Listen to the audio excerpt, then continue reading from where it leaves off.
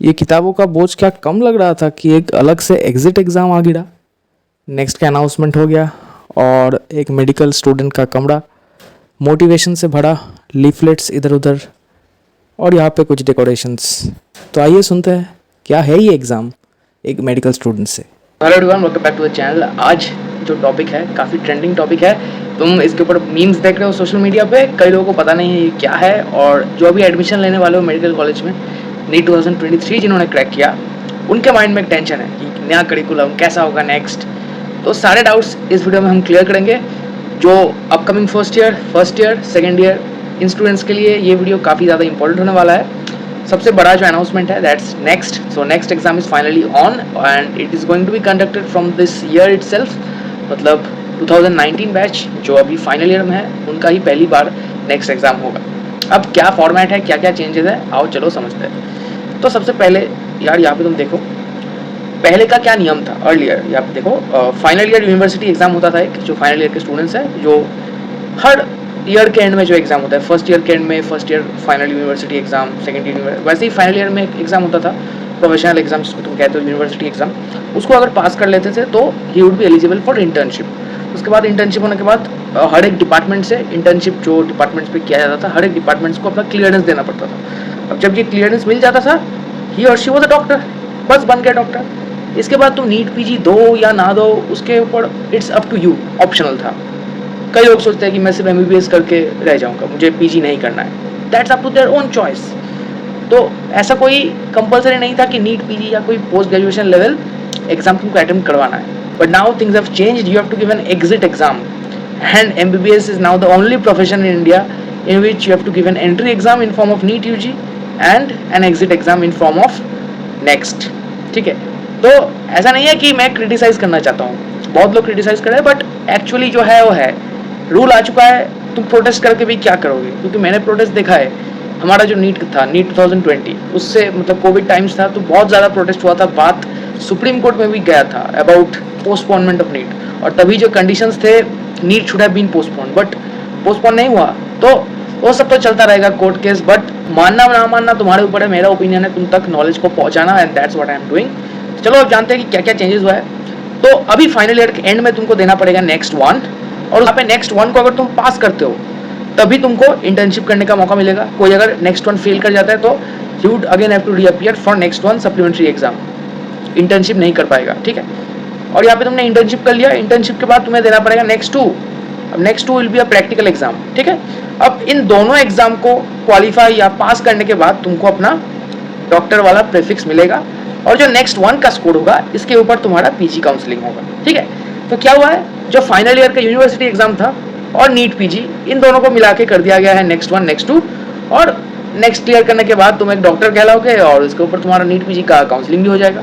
Next का announcement होने के बाद MCQ level preparation, competitive based preparation बहुत ज़्यादा इंपॉर्टेंट हो गया है। ठीक है, तो यार मैं तो यूज़ करता हूँ पीडब्ल्यू का मेरिड। देख सकते हो यहाँ पे मैं लेक्चर देख रहा हूँ from the PW MedEd app, और यहाँ पे फैकल्टीज़ काफ़ी बढ़िया है और अच्छी तरीके से हमारे कॉन्सेप्ट्स को यहाँ पे क्लियर किया जाता है। इसके बाद मैं इनका क्वेश्चन बैंक सॉल्व कर लेता हूँ। अब क्वेश्चन बैंक्स में सारे क्वेश्चंस क्लिनिकल बेस्ड है, और जब भी मेरा कोई आंसर गलत हो जाता है मैं सॉल्यूशंस भी यहीं से देख लेता हूँ, और यहाँ से मेरा एक एक्टिव रिकॉल भी हो जाता है। इसके बाद यहाँ पे टेस्ट सीरीज़ भी अवेलेबल है जो एज अ मॉक टेस्ट हम दे सकते हैं। सो यहाँ पे तुम अगर फर्स्ट ईयर या सेकेंड ईयर मेडिकल स्टूडेंट हो तो I would suggest you that married app is a great and affordable option that you can choose. और यहाँ पे अगर तुम मेरा कोड देवांकुर यूज़ करते हो तो यहाँ पे तुमको 10% ऑफ मिल जाएगा। और मैंने क्या किया है ना, इसका जो लिंक है डिस्क्रिप्शन में प्रोवाइड करवा दिया है, तो यार एक बार जाके चेक कर लेना।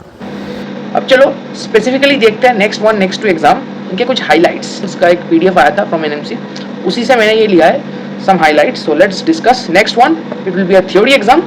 ठीक है, इसके बाद इट विल बी वन और more than one MCQ correct pattern. MCQ pattern तो रहेगा but options can be one correct और more than one correct. Online exam होगा, मतलब जैसे कि तुम्हारा जेई मेन टाइप ऑफ होता है, तुम जाते हो एक रूम में बहुत सारा कंप्यूटर होता है, एम्स का एग्जाम जैसे होता था ऑनलाइन मोड, वैसे ही होगा। और marks you will get in next one will be the basis of your PG counselling. ठीक है, ये हो गया, ये कंपलसरी है। पहले नीट पीजी ऑप्शनल था, बट तुमको नेक्स्ट वन देना पड़ेगा, you can not skip next one. ठीक है, जो एस्टिमेटेड डेट्स है it will be in either in May और नवंबर, मतलब आइदर नहीं, मतलब मई और नवंबर दोनों मंथ में होगा। अब इसका रीज़न क्या है, एम्स का करिकुलम और जो स्टेट मेडिकल कॉलेजेस हैं उनका करिकुलम अलग चलता है. As many attempts you can attempt NEXT one as many times, और जब तक तुम क्लियर नहीं करोगे डॉक्टर नहीं बन सकते. ठीक है, तो आई थिंक यार मतलब यहाँ पे एक टाइप से जो पहले के 4 ईयर तुमने इन्वेस्ट किया है इस कोर्स में, दे बिकम वर्थलेस. ठीक है, पता नहीं मतलब अलग अलग लोग का अलग अलग असेसमेंट होगा. खैर, reattempt to improve the score only after NEXT 2. मतलब फॉर एग्जाम्पल तुम्हारा नेक्स्ट 1 में स्कोर आया समथिंग 300. ठीक है, अब तुमको अपना स्कोर इम्प्रूव करवाना है if you want to get a seat in NEET PG. और नेक्स्ट 1 दिया है in the month of May. ठीक है, तुम पास तो कर गए बट तुम्हारा रैंक अच्छा नहीं आया, इससे तुम्हें नीट पीजी का सीट नहीं मिलेगा. तो तुम क्या सोचे, मैं नवंबर में फिर से रीअपियर करूंगा और अपना रैंक बढ़ा लूंगा. बट ये तुम नहीं कर सकते. जब तुम नेक्स्ट 1 दे देते हो और पास कर जाते हो, अगर तुमको रैंक इंक्रीज करवाना है तुमको नेक्स्ट 2 दे के ही वापस आना है. मतलब नेक्स्ट 1 तुम्हारा हो गया, पास हो गया, बस अब तुमको इंटर्नशिप करना है. रीअपियर नहीं कर सकते. इंटर्नशिप हो गया, नेक्स्ट 2 अटेम्प्ट करो, नेक्स्ट 2 पास करो, फिर अगर तुमको अपना रैंक इंप्रूव करना है फिर नेक्स्ट 1 दो. तो ये रूल है. ठीक है, अब सब्जेक्ट्स देख लेते हैं कौन कौन से सब्जेक्ट्स है जिसके ऊपर नेक्स्ट 1 होगा. तो 3 सब्जेक्ट्स होंगे, those will be of 120 marks and the time given 3 hours. Medicine, surgery, gynae and obstetrics. तो ये 3 सब्जेक्ट्स होंगे जिनके 120 क्वेश्चंस होंगे और 3 आवर्स का टाइम अलॉट होगा. वाइल पीडियाट्रिक्स, ENT, ऑप्थेल्मोलॉजी, इनका 60 क्वेश्चंस का सेट होगा and each paper will have 1.5 hours. तो ऐसा कुछ टाइप ऑफ सेटिंग है. ठीक है, अब पास criteria. Pass criteria is not 50 percentile, it's 50% marks. For example, if the test is conducted out of 100 marks, you should get 50 marks. और ये overall सारे सब्जेक्ट्स का जो एवरेज होगा उसमें 50% और सब्जेक्ट में भी 50%. फॉर एग्जाम्पल तुमने सर्जरी में 40% स्कोर किया है, गायनी में तुम्हारा थोड़ा ज़्यादा 70% आ गया, तुम्हें लगता है क्या मैं पास हो जाऊंगा, नहीं, तुम पास नहीं होगे. सर्जरी के लिए तुम फेल हो जाओगे. ठीक है, तो ईच सब्जेक्ट में तुमको 50% स्कोर करना है. ठीक है, now let's talk about the highlights of next 2. It will be a practical exam. It will be conducted twice a year. ये तो ठीक है. और अब यहाँ पे it will be based on actual cases और की stimulations. यही 3 तुम्हारे बेसिक चीज़ होंगे जो नेक्स्ट 2 में दिया जाएगा. इसमें कोई ग्रेडिंग या परसेंटेज नहीं होगा, सिर्फ पास या फेल. ठीक है, तो यही बेसिकली देखा जाएगा. और इसका जो estimated time as per NMC June के 3rd वीक या फिर दिसंबर. जैसे कि मैंने बताया स्टेट और एम्स का जो डिफरेंस है उसी को यहाँ पे लिया गया है. और सिलेबस क्या होगा, क्लिनिकल सब्जेक्ट्स जो मैंने दिखाया यहाँ पे, मतलब यही जो 6 सब्जेक्ट्स, यही तुम्हारे बेसिकली सब्जेक्ट्स होंगे इन नेक्स्ट 2. इसके साथ साथ एक एडिशनल होगा, that's orthopaedics and physical medicine rehab. तो यही तुम्हारा यहाँ पे हो जाता है नेक्स्ट 2. एक बात मैं जो भूल गया नेक्स्ट 1 में, यहाँ पे मैंने इसको इनकॉर्पोरेट नहीं किया है. ये 2 सब्जेक्ट्स हो गए 6 सब्जेक्ट्स, इसके साथ कुछ एलाइड सब्जेक्ट्स होंगे. ठीक है, एलाइड सब्जेक्ट्स मतलब फर्स्ट ईयर के सब्जेक्ट, सेकेंड ईयर के सब्जेक्ट्स, थर्ड ईयर के कम्युनिटी मेडिसिन और FMT.